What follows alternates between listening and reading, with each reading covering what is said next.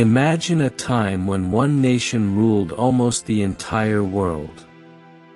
A time when the British flag flew over lands on every continent.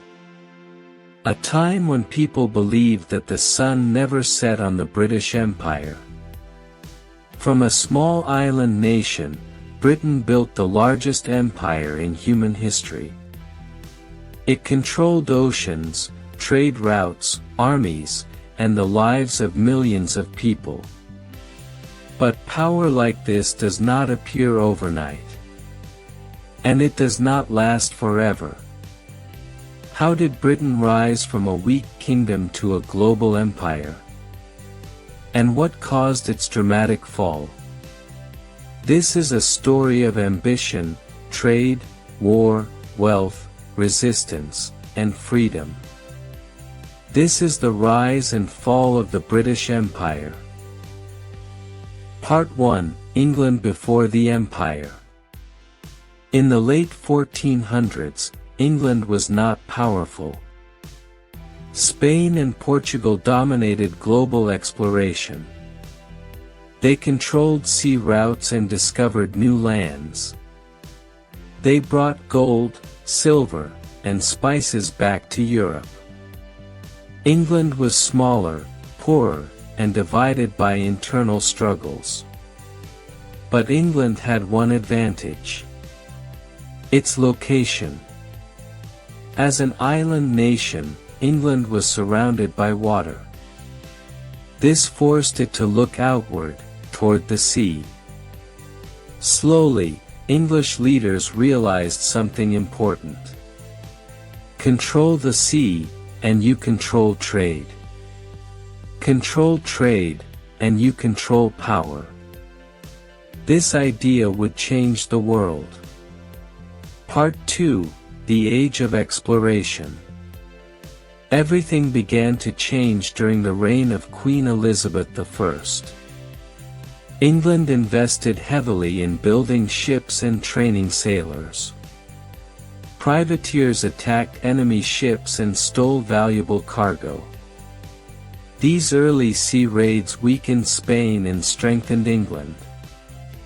English merchants wanted access to valuable goods like spices, silk, and tea.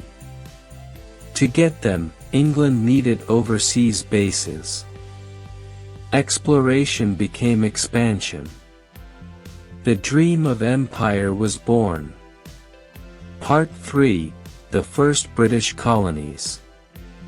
In 1607, England established its first permanent colony in North America. It was called Jamestown. Life there was brutal. Settlers faced disease, hunger, and violent conflict. Many died during the early years. But Jamestown survived. Soon, more colonies appeared along the eastern coast of North America. Farms, towns, and ports began to grow. At the same time, Britain formed the British East India Company. At first, it was only a trading business. It bought and sold spices, cloth, and tea. But this company would become something far more powerful. Part 4: Trade Turns into Empire. The British East India Company was not just a company. It had its own army. It signed treaties. It fought wars.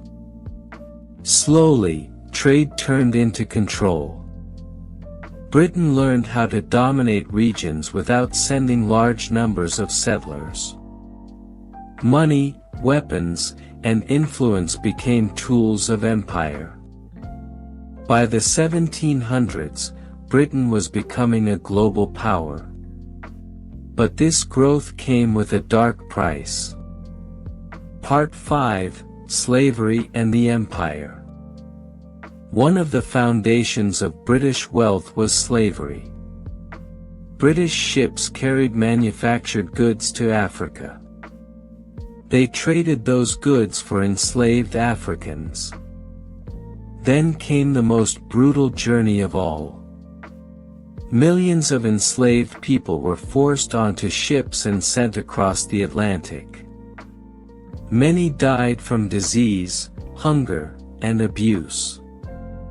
Those who survived were sold to work on plantations. Sugar, cotton, and tobacco made Britain extremely rich. Ports like Liverpool and Bristol grew wealthy from this trade. The empire prospered. But millions suffered. This painful legacy would leave scars that still exist today. Part 6: War and Global Power. Britain's rise was not peaceful. It fought powerful rivals, especially France. The most important conflict was the 7 Years' War. This war was fought across Europe, North America, India, and the Caribbean. Britain emerged victorious. As a result, it gained massive territories and global influence. After this war, Britain became the world's leading empire. But victory came at a cost. The war left Britain deeply in debt. To recover, Britain made a decision that would change history. Part 7: The American Revolution. Britain increased taxes on its American colonies. The colonists were furious. They believed they were being treated unfairly. They had no representation in British government. Protests turned into rebellion. In 1776, the colonies declared independence. The war lasted several years. In the end, Britain lost. The United States was born. This loss shocked Britain. It showed that empire could be challenged and defeated. Britain learned a hard lesson. Part 8: Turning toward India. After losing America, Britain focused its attention on India. The British East India Company took advantage of local conflicts. It defeated Indian rulers using alliances and superior weapons. Slowly, Britain took control of large parts of the subcontinent.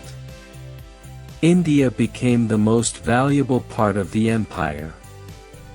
It provided raw materials, taxes, and soldiers. British factories depended on Indian resources. India was often called the jewel in the crown. But British rule was harsh and unequal. Part 9: Resistance in India. In 1857, Indian soldiers rebelled against British control. This uprising shocked Britain. The rebellion was violently crushed. Cities were destroyed. Thousands were killed. After the rebellion, Britain took direct control of India. The East India Company was removed from power. Queen Victoria was declared Empress of India. British rule became more centralized and strict. But resistance did not disappear. It only grew stronger over time. Part 10: The Empire at its peak. By the early 1900s, the British Empire reached its greatest size. It ruled nearly 1/4 of the world's population. Canada, Australia, and New Zealand became settler colonies. Large parts of Africa were under British control. India remained the empire's greatest prize. British ships protected trade routes across the oceans. London became the center of global finance. Britain believed its empire would last forever. But beneath the surface, cracks were forming. Part 11: The Myth of Civilization. Britain often claimed it was bringing civilization to the world. It introduced railways, schools, and legal systems. But these changes mainly served British interests. Local cultures were ignored or suppressed. Resources were taken for profit. Resistance movements were crushed. The idea of empire was becoming harder to defend. People under British rule wanted freedom. Part 12: World War I. In 1914, World War I began. Britain and its empire were drawn into a massive global conflict. Millions of soldiers from colonies fought for Britain. They came from India, Africa, and the Caribbean. The war ended in victory for Britain. But the cost was enormous. Millions were dead. The economy was damaged. The empire was weaker than before. Colonies began to ask difficult questions. Part 13: Between Two Wars. After World War I, Britain struggled to maintain control. Economic problems grew. Unemployment increased. Nationalist movements gained strength across the empire. People demanded rights, representation, and independence. Britain tried to hold on. But the world was changing fast. Part 14: World War II. World War II was even more destructive. Britain fought Nazi Germany and its allies. But this time, Britain could not fight alone. It depended heavily on the United States. The war drained Britain's wealth and power. When the war ended, the world was different. The age of empire was ending. Part 15: India's Independence. India led the way toward freedom. Under leaders like Mahatma Gandhi, resistance became organized and powerful. Gandhi promoted non-violent protest. Britain struggled to maintain control. In 1947, India gained independence. But freedom came with tragedy.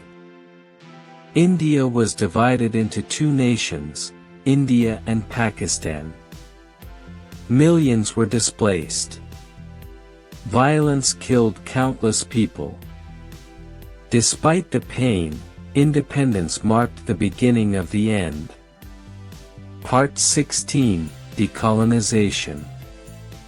After India, other colonies followed. African nations demanded freedom.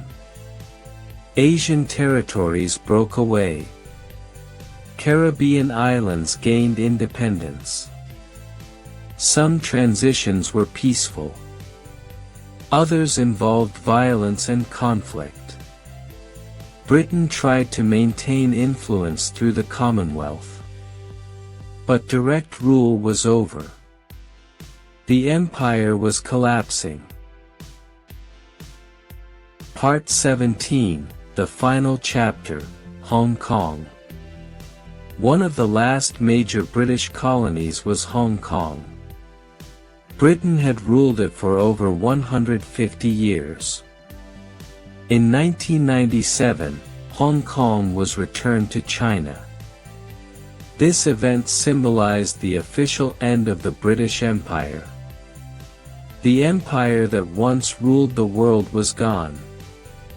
Part 18: The Legacy of the British Empire. The British Empire left a complex legacy. It spread the English language across the world. It influenced legal systems and education. But it also caused deep suffering. Many modern conflicts can be traced back to colonial borders. Economic inequality remains in former colonies. The empire shaped the modern world in powerful ways. Conclusion. The British Empire rose through ambition, trade, and military strength. It became the largest empire in history. But no empire lasts forever. Resistance, war, economic decline, and the demand for freedom brought it down. Today, the empire exists only in history. Its story reminds us of one important truth. Power fades. Empires fall. But the human desire for freedom never dies.